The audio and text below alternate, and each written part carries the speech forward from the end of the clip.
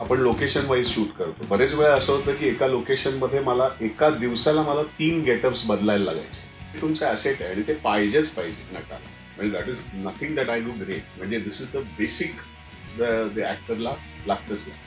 तेच होतं की तुम्हाला ते सगळं सस्टेन करणं. बरेच वेळेला काही वेळेला अप्स अँड डाऊन्स असतात या करिअरमध्ये. काही वेळेला मध्ये गॅप असतो जिथे काम नसतं. Passion, practice, पर्सिव्हरन्स. है ना?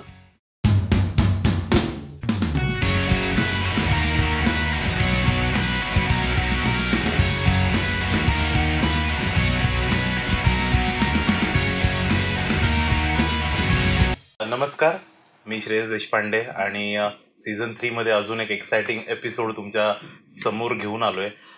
जे की खूप त्यांचा खूप मोठा चाहता आहे मी. म्हणजे लहानपणीपासून नाही म्हणणार, पण मी फार वर्षापासून मी त्यांचं काम बघतो. आणि सगळ्यांचे लाडके आपले संदीप कुलकर्णी सर, स्वागत आहे आमच्या या शो मध्ये तुमचं. आणि आत्ताच एवढी मोठी फिल्म सत्यशोधक, जे की करण्यासाठी जिगर लागतो, करण्यासाठी खूप मेहनत लागते, अभ्यास लागतो.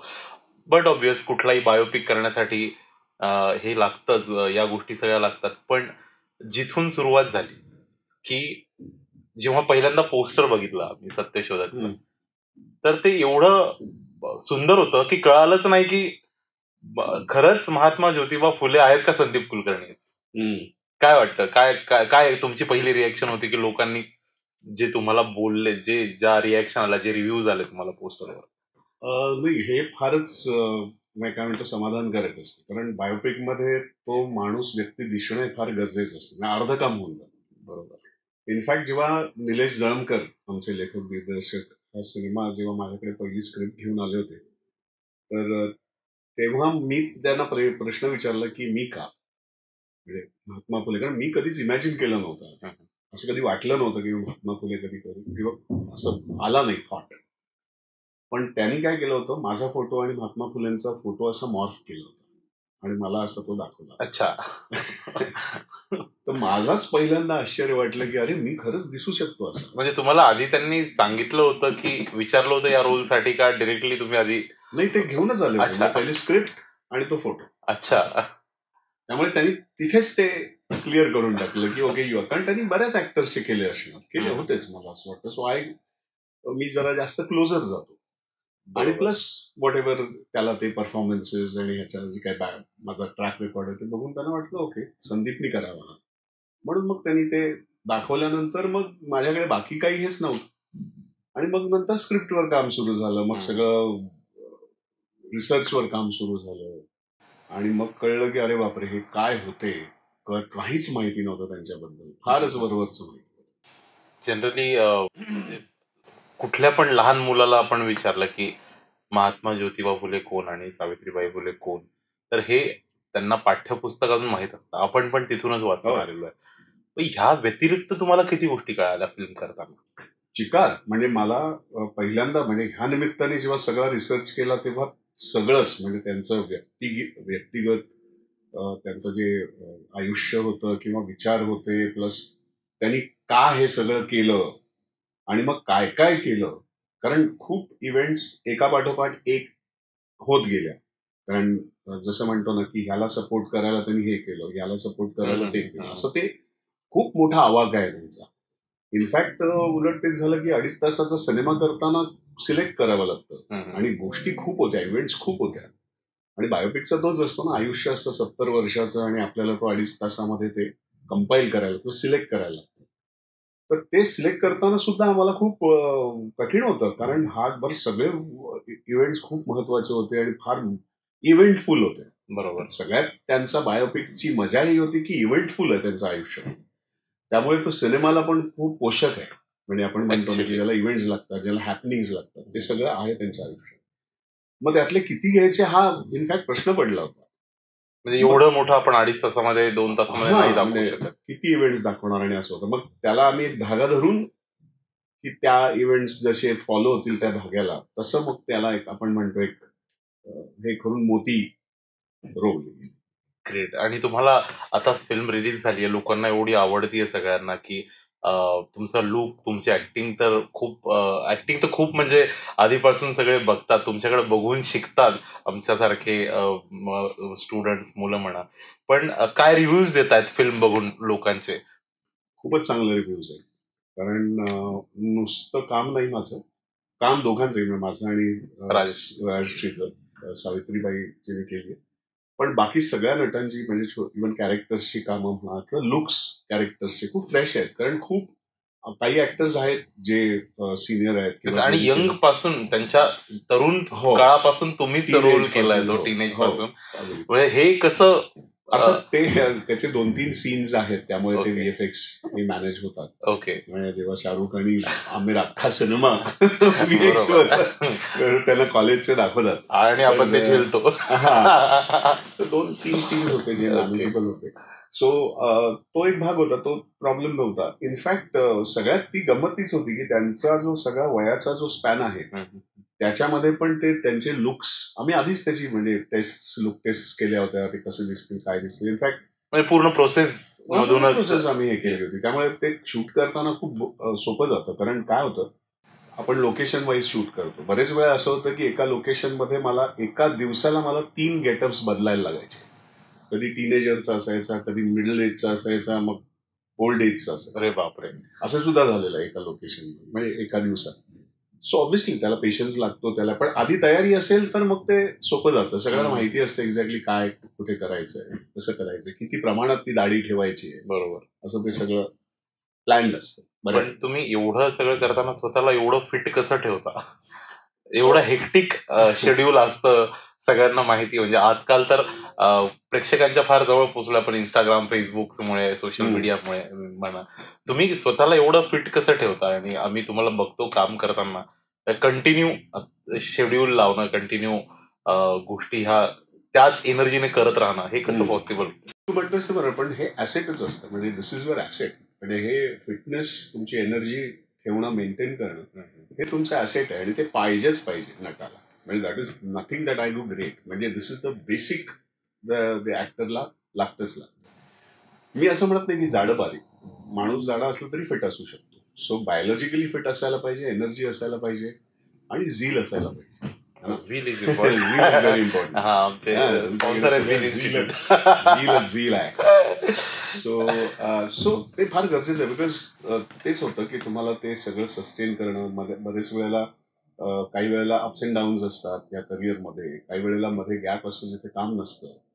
ऑब्व्हियसली त्याच्यासाठी बाकी गोष्टी खूप आवश्यक आपण करतो. की मी वाचन करतो, मी पेंटर पण आहे, मी हे करतो, म्युझिक आहे. तुम्ही जे स्कूल ऑफ आर्ट्स? मी J school of arts, fine arts केलं. मग तुम्ही तिकडून थिएटरमध्ये?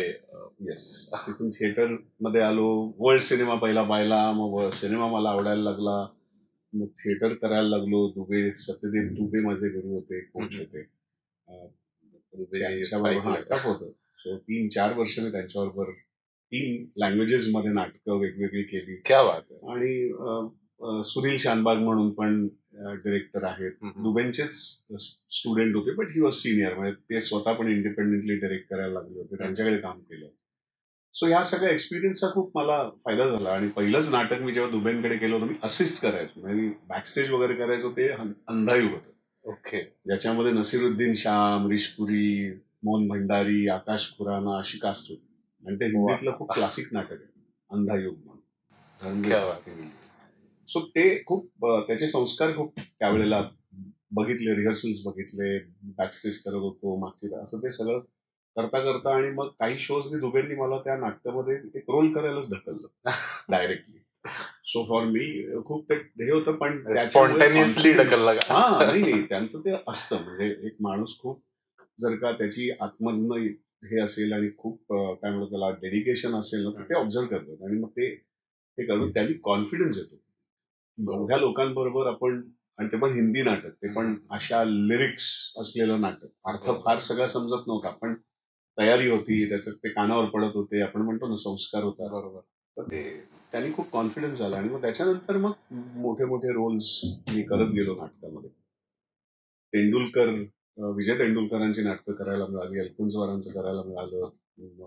यंग रायटर्स जे होते, राजीव नाईक, चेतन दातार, या सगळ्यांची नाटकं त्यांच्याबरोबर काम करायला मिळालं. त्यामुळे तो एक काय म्हणतात त्याला तयारी खूप झाली. आपण प्लेग्राऊंड होतं ना तिथे, अशी तयारी खूप झाली.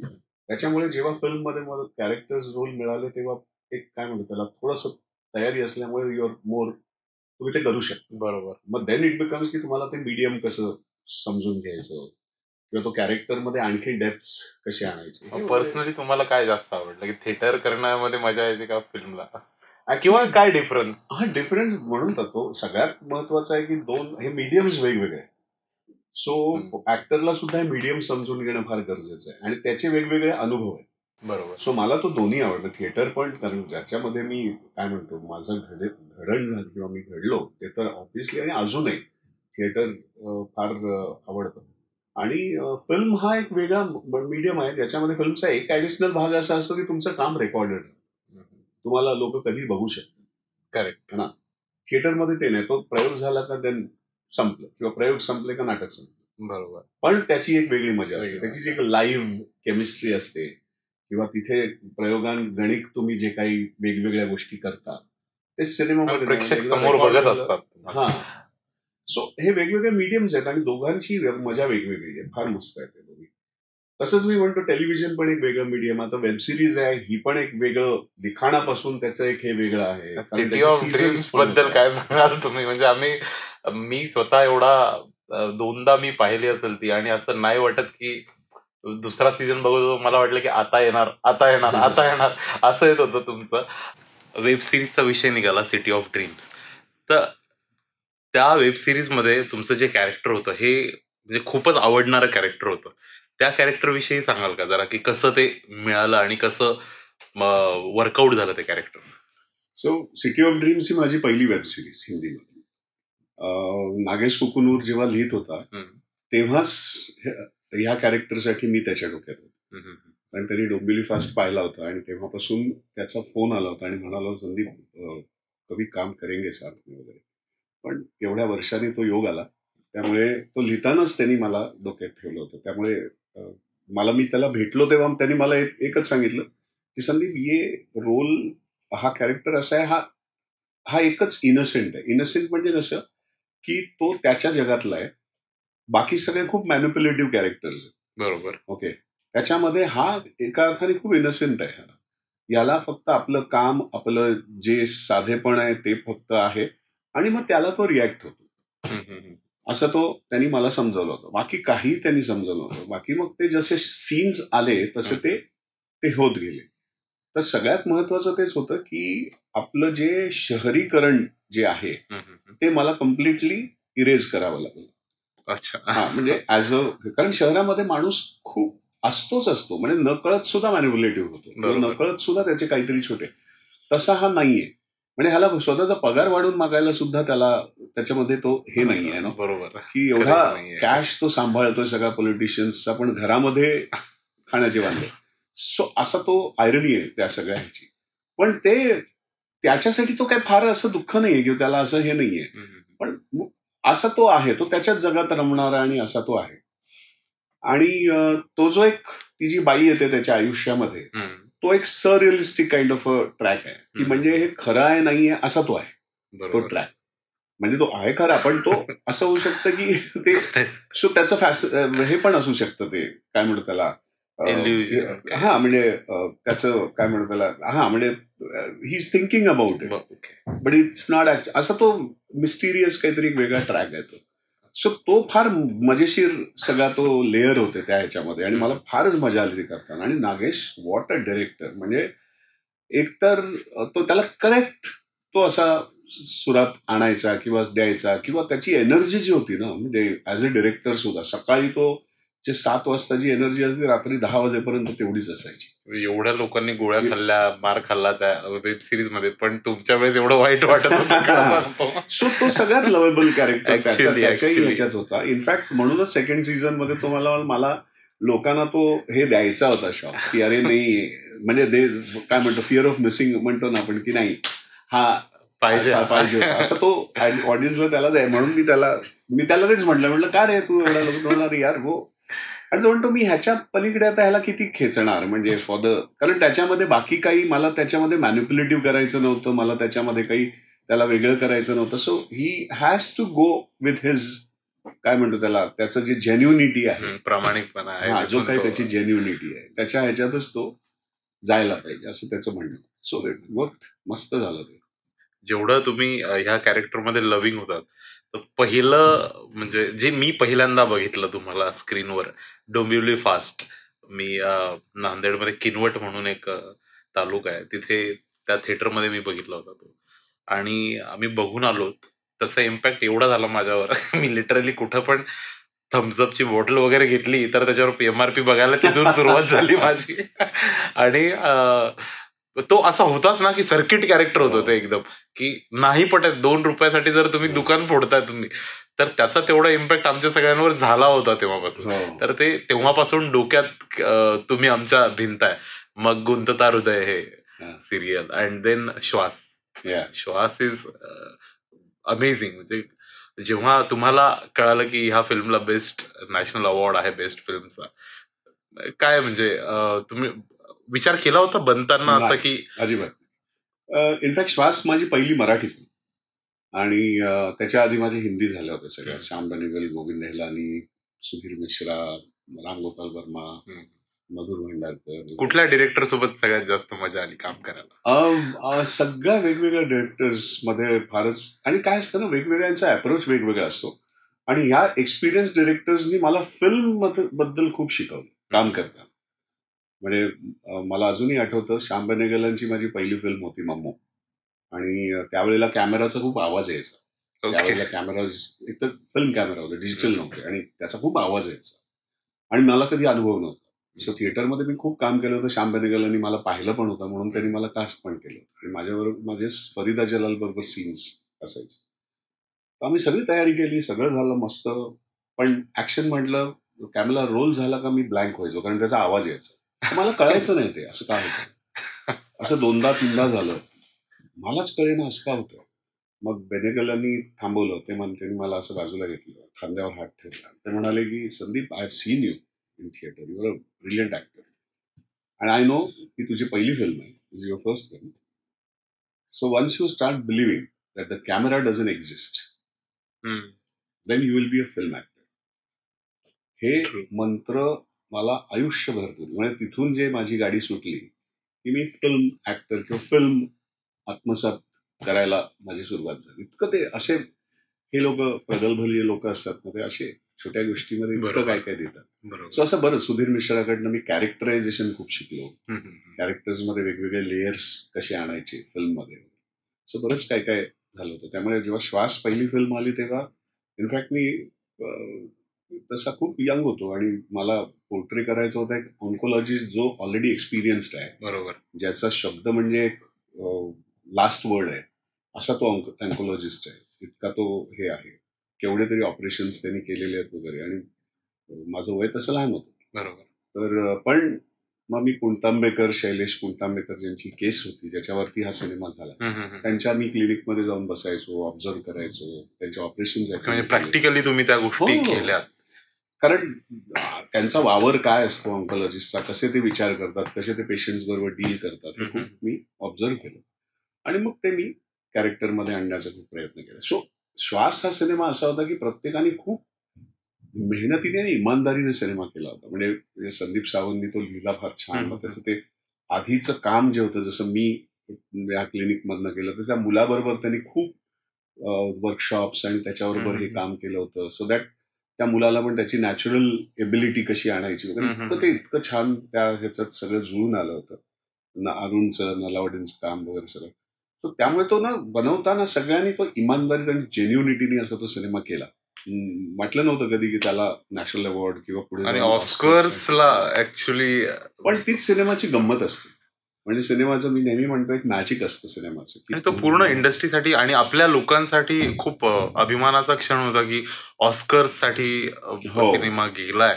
आणि तसं बहुतेक मला वाटतं की आमच्या पण पिढीच्या थोडंसं पहिल्यांदा कानावर ऑस्कर शब्द आला तर श्वास ऍक्च्युली.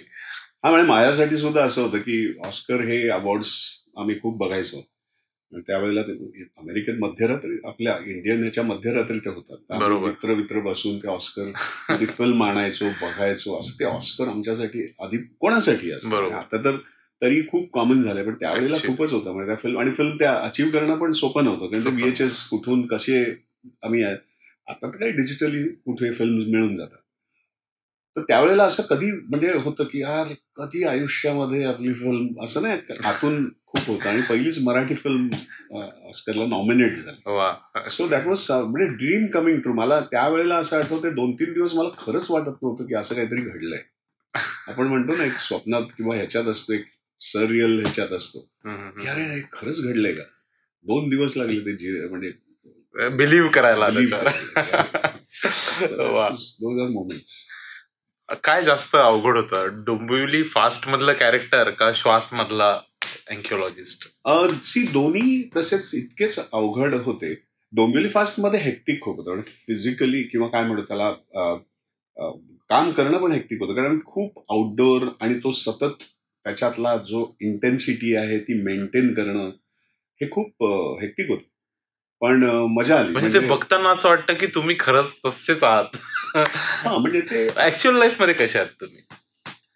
डोंबिवली फास्ट मध्ये जे बघितलं, आपण वेगवेगळे बदलतो, वाढतो, असं होतं. म्हणजे त्यावेळेला ऑब्व्हियसली मी यंग होतो, बऱ्याच गोष्टी कळायच्या होत्या, माहिती होत्या. पण आता तो ट्रेनचा प्रवास वगैरे मी केलेला आहे. मलाही माहिती आहे चौथी सीट मिळवणं किंवा विंडो सीट मिळवणं काय असतं ना, ते ट्रेन कल्चर आणि सिटी कल्चर. त्यामुळे ते आतून होतं, त्यामुळे अनुभवलेलं होतं, त्यामुळे ते आलं होतं. फक्त तो जो त्या कॅरेक्टरची इंटेन्स, कारण सगळ्यात महत्वाचं त्याचं काय होतं की तो कॅरेक्टर वेडा पण नाही वाटला पाहिजे. ते फार कठीण होतं. हा वेडा नाहीये हा, म्हणून तर निशिकांतने ते सुरुवातीला त्याला ते जे सिक्वेन्सेस आणले, त्याचे दिनचर्या जी दाखवली त्याची पटापट ती पहिल्या टाइममध्ये, त्याच्यामध्ये दाखवलंय की तो एका बॉइलिंग पॉइंटला ऑलरेडी आलाय. तर इतकी वर्ष तो हे सगळं आता सहन करतोय, बरोबर, आणि आता तो बॉइलिंग पॉइंटला आलाय. आणि म्हणून ऍक्च्युली ते 2 रुपयाचं नाही, तर 2 रुपये ते कारण आहे की थम्सअपची बाटली किंवा हे पैशाचा विषय नाही. तो त्या बॉइलिंग पॉइंटला ऑलरेडी आलाय. बरोबर. आणि जिथे त्याचं हे म्हणणं होतं की चालेल, एवढं वर्षाचा मेहनत हे करून एवढं सुद्धा नाही मिळू शकत आपल्या आयुष्यामध्ये, एवढं सुद्धा सुख नाही, एवढं सुद्धा एक हे नाही, काय चाललंय, अशा याने तो सात्विक त्याचा राग आहे. बरोबर. तर ते आणणं फार गरजेचं होतं, नाहीतर ना तो कुठेतरी वेगळा एक ट्रॅकवर गेला असता. हे रेग्युलर लाईफ मध्ये पण होतं कधी की? हो, म्हणजे पूर्वी झालेलं पण आहे, होतं की, म्हणजे ट्रेन मध्ये म्हणजे असं सोडून देतो तुम्ही, जाऊ दे, पण एवढं नाही. म्हणजे आपण जसं बॅट घेऊन नाही, तेवढं तर ऑब्व्हियसली, पण इरिटेशन पॉइंट असतातच की, म्हणजे स्पेशली त्या काळामध्ये तर होतेच होते. त्यामुळे ते रोजच्या जगण्यातला पण फायदा होतोच, ऍज अ कॅरेक्टर करताना तो अनुभव तो होतोच. म्हणून मला अशी एखादी गोष्ट,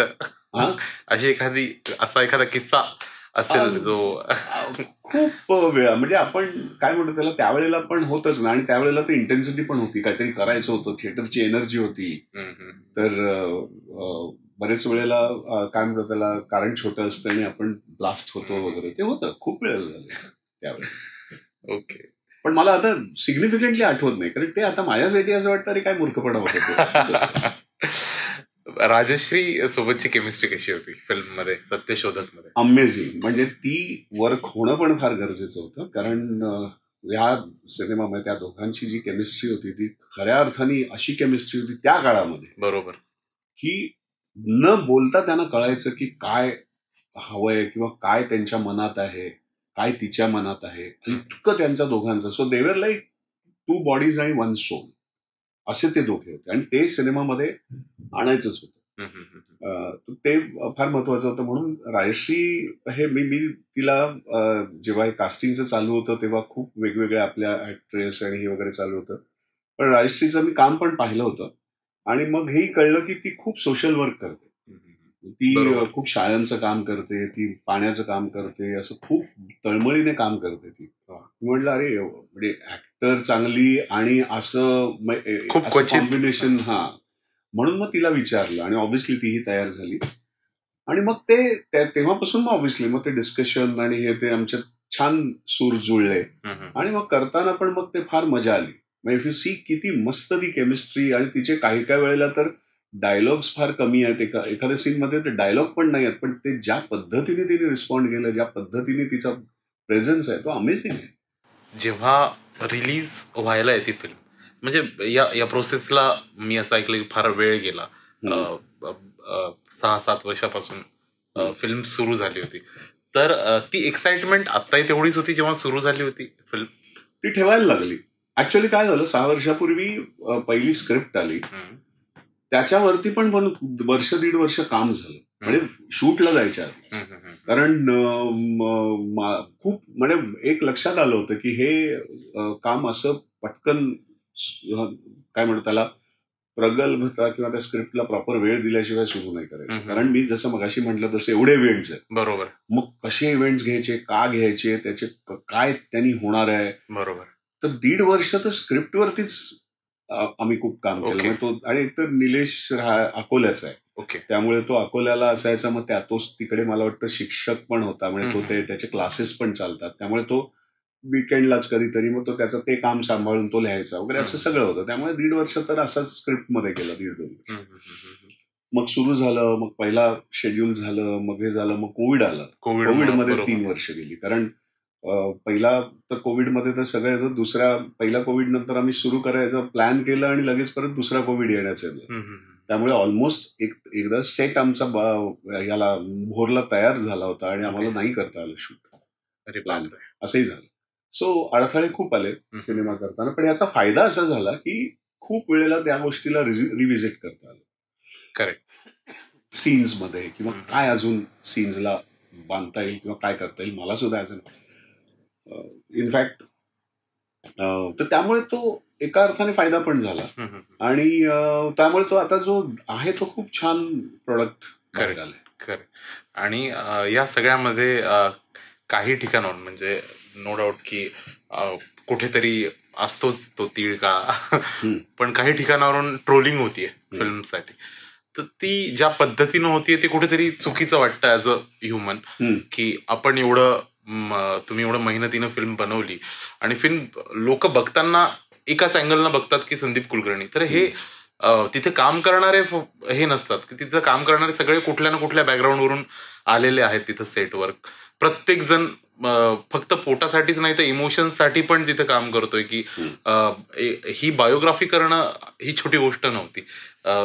पण एवढं सगळे टीम एका पॉझिटिव्ह वेनं जाती आणि असे काही लोक ट्रोल करतात वेगळ्या अर्थाने, तर ह्याला काय तुम्ही उत्तर द्याल? ट्रोलिंगकडे एकतर दुर्लक्ष करायचं असतं, कारण त्याला मत पण नसतं ना. It is just to rake something, काहीतरी उकरून काढायचं. That is trolling. सो ट्रोलिंगकडे फार लक्ष द्यायचं. पहिली गोष्ट, मला फक्त वाटतं की काही वेळेला ना ट्रोलिंगमध्ये काही लोक वाहत जातात आणि त्यांच्याकडे मग त्यांची स्वतःची दृष्टी नसते की आपण अरे हा माणूस काय बोलतोय याचं निदान. तर माझ्यासाठी असं आहे की महात्मा फुलेंनी आयुष्य ह्याच्यातच घालवलं की ह्याच्या मागचं सत्य काय, म्हणून तर सत्यशोधक असं त्यांचं नाव आहे. की सगळ्या रूढी परंपरा मागे किंवा ज्या रूढी परंपरा होत्या किंवा ज्या थोपल्या गेल्या होत्या लोकांमध्ये, त्याच्या मागे सत्य काय आहे का, काही काय म्हणजे का उगीच आपलं काहीतरी लादलंय. बरोबर. ह्याच्यामध्ये त्यांचं आयुष्य गेलेलं आहे. तर मला असं वाटतं आता तर मी व्यक्ती म्हणून पण बदललो. त्यामुळे म्हणजे एवढी वर्ष हा रोल करता करता माझ्यामध्ये पण ते आलं की अरे काही कोणी उठवलं तर आय डोंट गेट इफेक्टेड. पहिली गोष्ट, कारण त्याच्या मागे सत्य आहे का, काय त्यांनी कुठल्या यांनी म्हटलंय, त्यांनी पाहिला तरी आहे का सिनेमा. बरोबर. हा सगळा प्रश्न येतो. त्यामुळे दुर्लक्ष असतं. पण माझं या निमित्ताने मला एवढंच म्हणायचं की ट्रोलिंगच्या मागे जाऊ नका. ट्रोलिंग हे अत्यंत डॅमेजिंग हे आहे. पण हे याच्यामुळे आहे का की हे कॅरेक्टर संदीप कुलकर्णींनी केलंय? Not at all. म्हणजे मला असं वाटतं जे म्हणणं आहे की हे ब्राह्मणांच्या अगेन्स्ट आहे असं काहीतरी एक लोकांचं ट्रोलिंग हे चालू. फिल्म ब्राह्मणांच्या किंवा त्यांना टार्गेट केलंय की काय, असं उगीच असं एक ट्रोलिंग होत आहे. पण फिल्म बघितल्यावर कळेल की तसं अजिबातच नाहीये किंवा नव्हतंच त्यांचं कधी. म्हणजे इनफॅक्ट त्यांच्या बरोबरची मित्र ब्राह्मण आहेत. बरोबर. त्यांची पहिली शाळा आहे ती ब्राह्मण वाड्यात सुरू केलेली आहे, भिडेवाडा, जो आत्ता तो पाडला गेला आणि तिथे आता नवीन वास्तू होते वगैरे. एवढं माहीत असून सुद्धा लोक ट्रोल करतात. हा, म्हणजे हे काय असं नाही की सिनेमा बघायलाच पाहिजे, लोकांना माहिती आहे असं काही नाही, पण तरी सुद्धा लोक ट्रोल करतात किंवा हे करतात. पण मला असं वाटतं की ज्यांनी ट्रोल करतायत त्यांच्याकडे दुर्लक्षच करावं. पण लोकांनी ज्यांना उगीच वाहत जाण्यापेक्षा त्यांनी पहिला सिनेमा पाहावा. बरोबर. आणि मग कळेल. कारण त्यांचं तेच होतं की म्हणजे पहिली गोष्ट तर म्हणजे सगळ्यात मोठेपण त्यांचं हे होतं की त्यांना पहिल्यांदा लक्षात आलं की स्वातंत्र्य जरी मिळालं असतं आपल्याला तरी ज्या पद्धतीची सिस्टीम होती त्या सिस्टीममुळे आपण कधीच पुढे गेलो नसतो. म्हणजे खऱ्या अर्थाने इथून स्वातंत्र्य कधीच मिळालं नसतं. मग खरं स्वातंत्र्य काय? इथून स्वातंत्र्य. बरोबर. माणसाला विचार मुक्तपणे करता आला पाहिजे, त्याची मतं मुक्तपणे मांडता आली पाहिजे, है ना, शिक्षण पाहिजे, प्रगल्भता पाहिजे. बरोबर. हे सगळं नव्हतंच. म्हणजे त्याची काही चिन्हच नव्हती. ते त्यांनी काम केलं. म्हणून आज सगळ्या बायका, आज आपण प्रोफेशनल्स आहोत, हे सगळं त्यांच्यामुळे, दोघांमुळे. तर हे विसरून कुठेतरी जाती धर्माला धरून ठेवायचं, दिस इज नॉट. म्हणजे मग त्याचाच कमी किंवा हे दिसतं. जे ट्रोलर्स आहेत त्यांनी हा एपिसोड बघा आणि फिल्म बघा पहिले आणि मग तुम्ही विचार करा की काय बोलायचंय. आपण फार वर्षांनी भेटलोय. जसे पहिल्यांदा मी तुमच्याकडे आलो होतो तर माझ्या डोक्यामध्ये, म्हणजे मी परत तेच बोलतो की माझ्या डोक्यामध्ये तीच इमेज होती डोंबिवली फास्टची. एकदम मी दबकत आलो की सर म्हणजे झीलमध्येच आपण भेटलो होतो प्रमोशनसाठी कृतांच्या. आणि मी मुंबईला तुमच्या ऑफिसला आलो, घरी आलो आणि तिकडे भेटलो मी. तर तेव्हा एकदम मला असं झालं की खूप तुम्ही चांगलं एंटरटेन तरी केलं मला. तुम्ही भेटलो आपण तेव्हा, म्हणजे सुरुवात होती माझी या क्षेत्रामध्ये. पण तर ह्या काळामध्ये कोणीतरी येऊन बसून दोन गोष्टी बोलणं हे मला वाटतं की खूप इम्पॉर्टंट आहे. हे मी तुमच्याकडून शिकलो. म्हणून हे मी बोलतोय की ज्या वेळेस तुम्ही काहीतरी शोधत असता, आणि नॉट लाईक अ सेलिब्रिटीला भेटायचं म्हणून, पण एक आर्टिस्ट म्हणून मी तुमच्याकडे आलो होतो आणि तुम्ही दोन गोष्टी बोलून मला, आपण बरंच डिस्कशन झालं होतं. तर त्याच्यावरून मला एक एनर्जी पण मिळाली होती की मग त्याच्यानंतर बरंच मी काम करू शकलो आणि थोडंफार आता मी प्रयत्न करतोय अजून चांगले चांगले कामं करायचा. तर हे तुमच्यातला गुण मला सगळ्यांना सांगायचा होता की एवढे ते लव्हिंग आहेत. आणि मला अजून एक विचारायचं की तुम्हाला खायला काय आवडतं? वेल, खरं तर मला वेगवेगळ्या गोष्टी ट्राय करायला आवडतं, पण इंडियन फूड जास्त. आपलं तुम्ही बाहेर पण फिरता? बाहेर पण फिरतो. बरोबर.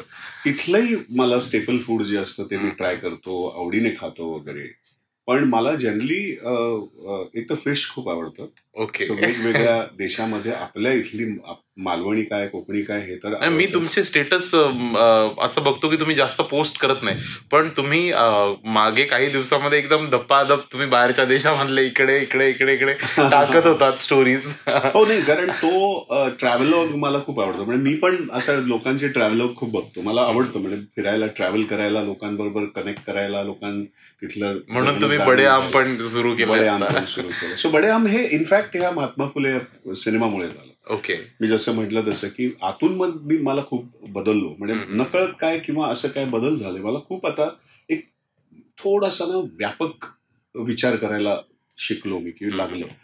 आणि मला हे जाणवलं की हे तर ठीक आहे, म्हणजे मी काम तर करतोच आहे, काही अचिव्हमेंट्स असतात, हे असतात, हे तर आहेतच, पण असं काय जे मी मागे काही ठेवू शकतो किंवा काहीतरी एक्स्ट्रा लोकांना देऊ शकतो किंवा जनरेशनला देऊ शकतो.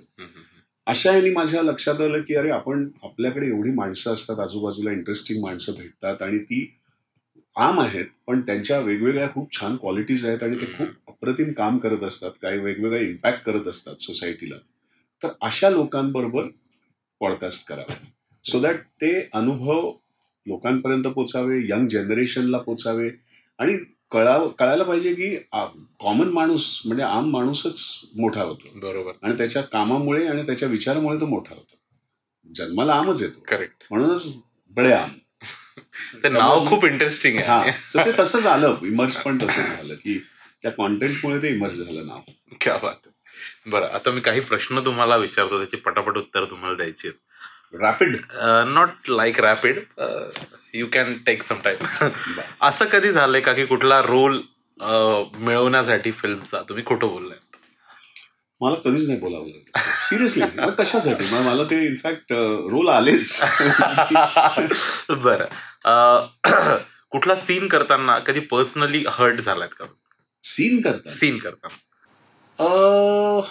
काही वेळेला सिच्युएशन्स मध्ये डायरेक्टर बरोबर किंवा ह्याच्याबरोबर वाद झालेत आणि तिथे हर्ट फिलिंग असते आणि करेक्ट करायचा आपण प्रयत्न करतो, असं झालेलं आहे. म्हणजे इव्हन महात्मा फुलेच्या बाबतीत पण झालंय किंवा काही प्रोजेक्टच्या बाबतीत झालेलं आहे. कारण ओव्हरकम कसा होतो मग लगेच? सो जनरली एकतर काही ठिकाणी ना एकतर अनुभवामुळे आपल्याला एक कन्व्हिक्शन आलेलं असतं आणि मग आपण त्या कन्व्हिक्शनलाच बिलीव्ह करतो की नाही हे असंच आहे. काही वेळेला दुसऱ्याचं मत समजून पण घेण्याचा प्रयत्न करतो मी, हा काही वेगळा पर्स्पेक्टिव्ह आहे का किंवा ह्यानी काही मदत होणार आहे का, तर तेही मी बघतो.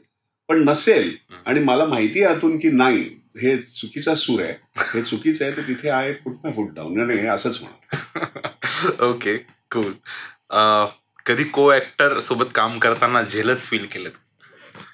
को ऍक्टर बरोबर नाही, म्हणजे जेलस नाही, कौतुक उलट हेवा वाटतो काही वेळेला. म्हणजे इनफॅक्ट बरेच आता सुद्धा इव्हन रायश्री बरोबर काम केलं होतं तर, आणि इनफॅक्ट तिला पण वाटायचं अरे मला काही फार हे नाही आहे, डायलॉग नाही, हे नाही. पण जेव्हा तिने पाहिलं तेव्हा मी इनफॅक्ट जेव्हा एडिट पाहिलं तेव्हाच तिला म्हटलं तू बघ आता सिनेमा एडिट, काय अमेझिंग काम केलंय. म्हणजे आपण म्हणतो ना काम न करता त्याचा वावर आणि तिचं जे काय म्हणजे सावी. सो आणि हे फार गरजेचं असतं कारण सिनेमा किंवा सीन एका ऍक्टरनी होत नाही, को ऍक्टर्स किंवा सगळ्या ह्यांनी तो होतो, वातावरण निर्माण पण चांगलं. So that is very important. Okay, the last one. कधी को ऍक्टरच्या प्रेमात पडल्यात? खूप वेळा. कोणाच्या? वेल कामाच्या. अच्छा, मला वाटलं नाव येईल काय कायला.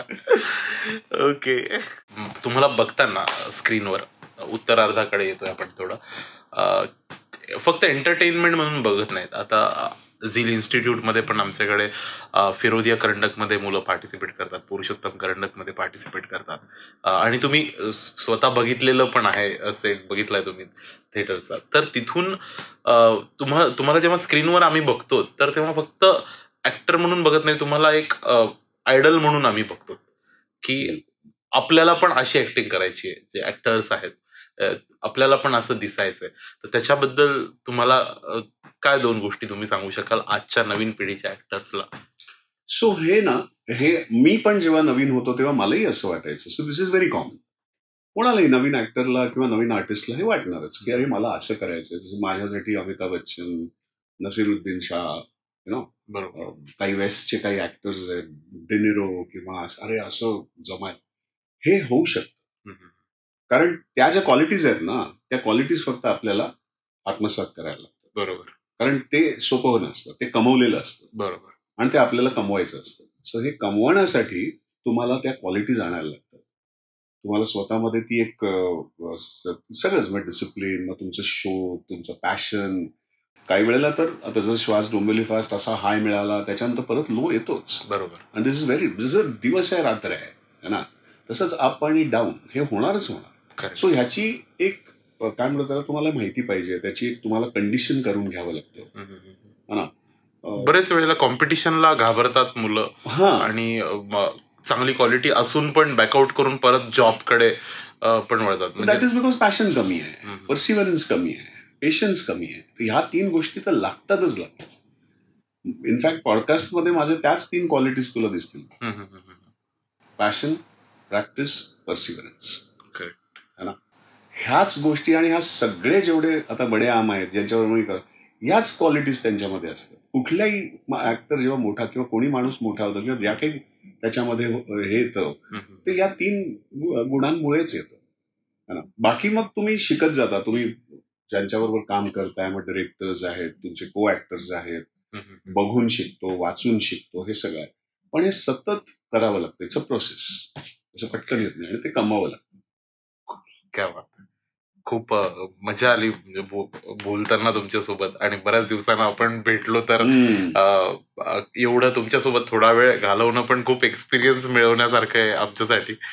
थँक्यू सो मच तुम्ही pleasure. शो मध्ये आलात आणि एवढा वेळ तुमच्या प्रमोशन्सच्या वेगळ्या वेगळ्या व्हिजिट्स वगैरे मधून तुम्ही दिला, त्याच्याबद्दल खूप थँक्यू. मी सगळ्यांना फक्त एक रिक्वेस्ट करू इच्छितो की जेवढे व्ह्युअर्स आहेत आमचे त्यांनी सगळ्यांनी जाऊन सत्यशोधक हा सिनेमा Yes. थिएटरमध्ये आलेला आहे आणि तो सगळ्यांना आवडतोय. खूप सुंदर सिनेमा आहे तो, सगळ्यांनी जाऊन बघा.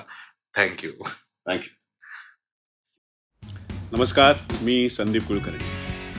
मी आज आहे टॉकटेल्स विथ श्रेयस, स्पॉन्सर्ड बाय झील इन्स्टिट्यूट्स. तर ह्या याच्यामध्ये मी पॉडकास्टला आलो आहे आणि फार छान पॉडकास्ट झाला आहे. तर तुम्ही पॉडकास्ट बघा आणि लाईक करा, सबस्क्राईब करा आणि शेअर करा. कारण मी स्वतः हे सगळे पॉडकास्ट बघतो आणि श्रेयस माझा मित्र आहे, मला तो खूप आवडतो, त्याचं कॉन्टेंट खूप चांगलं आहे. तुम्ही बघा. थँक्यू.